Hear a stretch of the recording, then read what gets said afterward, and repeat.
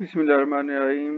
Welcome students. आज हम जिस टॉपिक पर बात करेंगे वो असेसमेंट ऑफ नॉलेज और assessing knowledge objectives. Now on to the second category which is the knowledge of ways and means of dealing with specifics.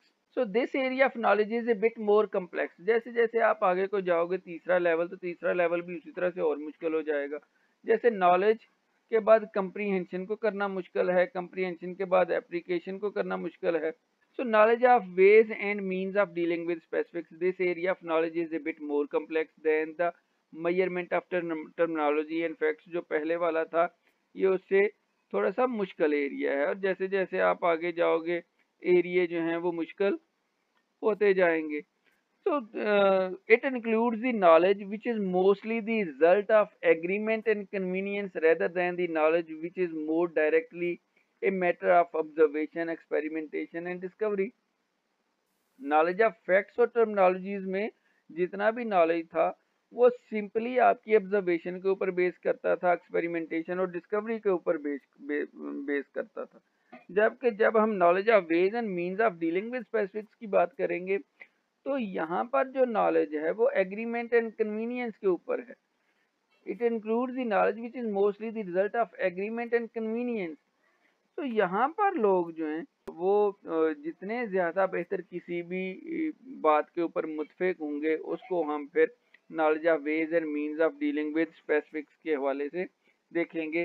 This knowledge is more commonly the reflection of how workers in the field think and attack problems rather than the result of such thoughts और problem solving. जो already काम कर रहे हैं, जो already field के अंदर हैं, जो ऑलरेडी टीचर्स हैं, तो टीचर्स जब पढ़ा रहे हैं तो पढ़ाते हुए वो अपने इल्म को वहाँ पर किस तरह से शामिल करते हैं और अपने इल्म के साथ दूसरों को किस तरह से एग्री करते हैं। So it is agreement and convenience. Convenience में अंडरस्टैंडिंग होनी चाहिए, और अंडरस्टैंडिंग के लिए कोई भी आप convenience method of convenience use कर सकते हो। ऐसा आसान तरीका कि जिसके ज़रिए से वो कॉन्सेप्ट आप तलबा को पहुँचा भी सको और तलबा को सिखा भी सको, और उस कन्वीनियंस के अंदर फिर एग्रीमेंट का भी होना ज़रूरी है, रेदर देन के रिजल्ट जो है वो थॉट्स और प्रॉब्लम सॉल्विंग की तरफ आपको लेकर जा रहे हैं। So reflection of how workers in the field think, जो भी काम कर रहे हैं वो किस तरह से सोचते हैं, उनकी सोच को सामने रख के ये तरतीब दिया जाता है। सो इसके 5 लेवल्स हैं। पहला जो है वो नॉलेज ऑफ कन्वेंशन है, फिर knowledge of trends and sequences हैं, फिर knowledge of classification and categories है, फिर नॉलेज ऑफ क्राइटेरिया है, नॉलेज ऑफ मेथडोलॉजी है। इन पांचों लेवल्स के ऊपर बारी बारी देखते हैं कि इनको हम किस तरह से मेजर करते हैं। Like first one is the knowledge of convention, the tradition और mutual agreement upon some area of knowledge by all the peoples of the world fall into this category. कुछ ऐसी बातें हैं कि जिसके ऊपर तमाम दुनिया के लोग मुत्फिक हैं। तो जब तमाम दुनिया के लोग जो है वो मुत्फिक हो जाते हैं किसी भी एरिया ऑफ नॉलेज के ऊपर by by all the peoples of the world, तो फिर वो इस कैटेगरी के अंदर फॉल करेंगे। For example mathematics symbols and sheets of music. Mathematics symbols जो हैं 1 2 3 4 5 जिधर भी चले जाओगे यही रहेंगे। प्लस माइनस है तो प्लस माइनस जिधर भी जाओगे प्लस रिमेन्स द सेम। चाहे लैंग्वेज बदल जाए प्लस ऐसे ही रहेगा, माइनस ऐसे ही रहेगा, डिवीजन ऐसे ही रहेगी, मल्टीप्लिकेशन ऐसे ही रहेगी। तो ये सारी की सारी सेम रहेंगी। लाइक म्यूजिक शीट्स हैं तो म्यूजिक के वो जो सिंबल्स होते हैं जिधर मर्जी चले जाओ म्यूजिक के symbol means the same. So such convention must be learn on the way to mastery of a field. General science में अगर हम इसकी एग्जांपल देखें, the customary way of naming the magnetic poles. Magnetic poles को जब हमने name करना है तो customary way of naming the magnetic poles क्या है, नोड्स और कैथोड्स है, या ईस्ट एंड वेस्ट है, या नॉर्थ और साउथ है, या प्लस एंड माइनस है। So see is north and south. इसी तरह से जो दूसरा है वो knowledge of trends and sequences हैं। Knowledge of trends and sequences क्या, it means the order of events. For example how things happen और how they have happened over a period of time. So ऐसी बातें कि कोई वाकया किस तरह से हुआ और कोई वाकया कुछ टाइम के अंदर या over a period of time किस तरह से वकूफ़ पज़ीर हुआ। सो ऐसा जो आइटम हो या ऐसा नॉलेज हो, उस नॉलेज को हम knowledge of trends and sequences कहते हैं। इसकी भी एग्जांपल अगर हम फ्रॉम जनरल साइंस एग्जांपल देखें, to discover whether the students know the major stages of the life history of certain insect or other organism. What are the stages in the life history of housefly in order of occurrence? तो order of occurrence को सामने रखते हुए housefly जो है उसकी कौन सी stages of life हैं। तो यहाँ स्टेजेस ऑफ लाइफ में एग लार्वा प्यूपा अडल्ट है, या एग लार्वा अडल्ट प्यूपा है, या लार्वा एग प्यूपा अडल्ट है, या प्यूपा लार्वा एग अडल्ट है। इसमें चाहे हाउस फ्लाई है, या चाहे बटरफ्लाई है, या चाहे ड्रैगन फ्लाई है, आप किसी का भी देखोगे तो उनके यही बनेंगे कि एग है, लार्वा है, प्यूपा है और अडल्ट बनेगा। सो एग लार्वा प्यूपा अडल्ट, इस अंदाज में। अब जब ऐसा सवाल पूछा जाता है, और आपने ऐसा सवाल भी कहीं ना कहीं बनाया होगा और उसे तालिब इल्मों को असेस किया होगा, ऐसा क्वेश्चन जब हम बनाते हैं तो ऐसे क्वेश्चन के ज़रिए से हम knowledge of trends and sequences measure कर रहे होते हैं। और ये ट्रेंड्स एंड सीक्वेंसेस जो है वो knowledge of ways and means dealing with specific से ताल्लुक़ रखते हैं, जो कि नॉलेज को ही मेजर कर रहा है। इसी तरह से जो 30 knowledge of classification and categories है, for example biology provides a good example of man's need to systemize phenomena. Examples from general science, which of the following is a physical change? Burning a gasoline, evaporation of water, mixing of salt and pepper, or none of these? Evaporation of water, पानी evaporate होके चला जाता है, क्या वो evaporated water को हम दोबारा से पानी बना सकते हैं? सो फिजिकल चेंज में बी वाला इवेपोरेशन ऑफ वाटर जो है that is physical change. Physical change क्या है कि जब आप किसी भी चीज की फिजिकल हालत बदल लेते हो, वाटर है तो वाटर की इवेपोरेशन होके इवेपोरेटेड हो जाता है और बाद में आप उसको कंडेंस करके दोबारा से वाटर भी बना लेते हो, ये फिजिकल चेंज है। एक फिजिकल नेचर से दूसरी फिजिकल नेचर और दूसरी फिजिकल नेचर से फिर वापस आप उसी तरह से उसको वापस ले आए पानी की सूरत में। पानी भाप बन के गया और उसी भाप को वो ऊपर जाके एवेपोरेटेड जो वाटर थे वो दोबारा से कंडेंस हुए और कंडेंस होकर दोबारा से पानी बन गया, और उसी पानी को आप और ज़्यादा कंडेंस करोगे तो वो आइस बन जाएगी। सो फिजिकल चेंजेस आ रही हैं। दूसरी होती हैं जिसको हम कहते हैं केमिकल चेंजेस।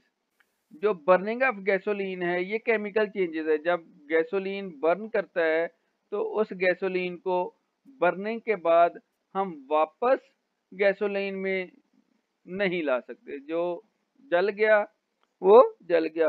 अब मुझे याद है हमारे सर ने हमें एक एग्जांपल इस तरह से दी थी, मोमबत्ती जो है आप तमाम लोगों ने देखी भी होगी। सो मोमबत्ती जब हम जलाते हैं तो मोमबत्ती के अंदर at a time physical changes भी आ रही होती हैं और केमिकल चेंजेस भी आ रही होती हैं। So physical as well as chemical changes उसके अंदर आ रही होती हैं। फिजिकल चेंज उसके अंदर क्या है कि मोम पिघल रही है और मोम जो है वो पिघल पिघल के वो कुछ जो है वो उसके साथ जा रही है और कुछ नीचे गिर रही है। सो मोम का पिघलना जो है वो फिजिकल चेंज है, लेकिन उस मोमबत्ती के अंदर जो धागा है धागे का जलना जो है वो केमिकल चेंज है। मोम जब पिघलती है तो पिघलते पिघलते जब नीचे इकट्ठी होती है तो हम उनको इकट्ठा दोबारा से करके जलाने के काबिल कर सकते हैं, जो जल के एक्स्ट्रा नीचे गिरेगी। जबकि जो उसके अंदर धागा था, धागा जो जल गया, अब दोबारा से वो धागा हम वापस नहीं ला सकते।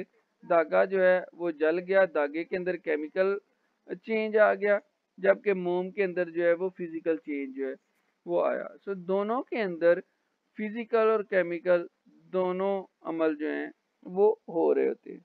तो ये knowledge of classifications and categories है। उसके बाद जो है वो नॉलेज ऑफ क्राइटेरिया है। सो नॉलेज ऑफ क्राइटेरिया के अंदर क्या बात होगी जी? Knowledge of ways and means of dealing with specifics में knowledge of criteria, it means how to make the students aware of the criteria for judging facts and theories and conclusions. Examples from biology objectives: to ascertain whether the students know the criteria by means of which animals can be classified.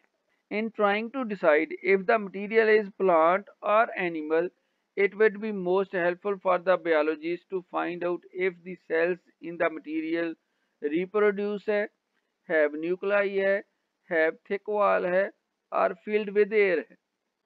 So example from biology के अंदर हम जो देख रहे हैं, और ये knowledge of criteria को सामने रखते हुए हमारे सामने ये जो एक एग्जाम्पल है, और इसमें हम देखते हैं हमारे सामने एक जो फैक्ट्स थ्योरीज और कंक्लूजन्स दिए हुए हैं, उन फैक्ट्स थ्योरी और कंक्लूजन्स को सामने रखते हुए, so it means how to make students aware of the criteria for judging facts theories and conclusion.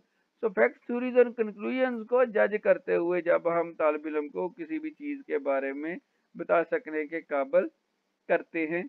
तो सेल्स इन द मटेरियल में हैव ए न्यूक्लियाई, उनके अंदर फिर जब सेल्स की बात है तो सेल्स के अंदर, और वो सेल्स जो हैं अगर वो जानदार चीज़ों के बारे में, plant and animal both are the living things, तो वहाँ पर फिर हम किसकी बात करेंगे, आइदर हैव ए न्यूक्लियाई और have a thick wall. So fifth one is the knowledge of methodology. So that actually deals with the knowledge of methods of inquiry, techniques and procedures implied in a particular subject field, as well as those implied in investigating particular problems and phenomena. So knowledge of methodology, it actually deals with the methods of inquiry, techniques and procedures implied in a particular subject field, as well as those implied in investigating particular problems and phenomena. So from general science objectives, अगर हम देखते हैं knowledge of methodology को, to find whether the students know the methods geologists employ to make inferences about the crust of the earth. Geologists have found that Earth's crust is approximately 25 miles in thickness. They also think that this crust is made up of different layers of material. So they have discovered this by studying earthquakes, sedimentary rocks, igneous or fire-made instructions और barrier reefs. जब हमने knowledge of methodology की बात करनी है, तो knowledge of methodology के अंदर हम फिर उन specific methods of inquiry, techniques और प्रोसीजर्स की बात करते हैं जब हम किसी भी पर्टिकुलर सब्जेक्ट फील्ड को स्टडी करने के लिए हम एम्प्लॉय करते हैं। तो इन्वेस्टिगेटिंग तरीके से जब कोई भी प्रॉब्लम और फिनोमेना हमारे सामने आता है, प्रॉब्लम और फिनोमेना को हम इन्वेस्टिगेट करते हैं, और इन्वेस्टिगेशन के ज़रिए से जब हम इसी रिजल्ट पर पहुंचते हैं, तो ऐसी सूरत में जो हमारे पास नॉलेज आता है, उस नॉलेज को जब हमने असेस करना है, तो that is called as knowledge of methodology. तो नॉलेज ऑफ मेथडोलॉजी में हमें जो जनरल साइंस से हमने एग्जांपल ली हुई है कि यहाँ पर geologist have found that earth crust is approximately 25 meals in thickness. They also think that this crust is made up of different layers of material.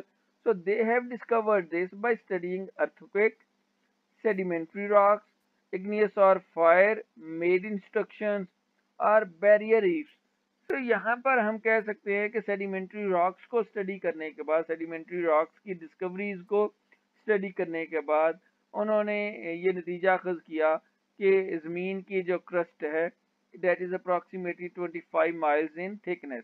ऐसे क्वेश्चंस को हम कहते हैं कि ये क्वेश्चन नॉलेज ऑफ मेथडोलॉजी को मेजर कर रहा है, and knowledge of methodology which is the knowledge and ways of means of dealing with specific. बुनियादी तौर पर ये नॉलेज बेस्ड टेस्ट आइटम्स कहलाता है। So that's all about for today's session.